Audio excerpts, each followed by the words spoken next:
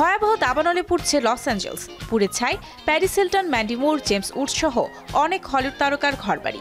আগুনে সব হারিয়ে নিঃস্ব বন্ধুদের নিজ বাড়িতে আশ্রয় দিয়েছেন জনপ্রিয় হলিউড অভিনেত্রী অ্যাঞ্জেলিনা জোলি। সম্প্রতি জোলি ও তার ছেলে নক্সকে একটি সুপারমার্কেটে প্রয়োজনীয় জিনিসপত্র সংগ্রহ করতে দেখা গেছে। এই সময় তিনি মার্কিন গণমাধ্যমকে তার বাড়িতে অগ্নিকাণ্ডে বাস্তুচ্যুতিতে থাকার ব্যবস্থা করার কথা স্বীকার করেন। অ্যাঞ্জেলিনা জোলির মতো আরও অনেক তারকা দাবানলে ক্ষতিগ্রস্তদের সাহায্যে এগিয়ে এসেছেন।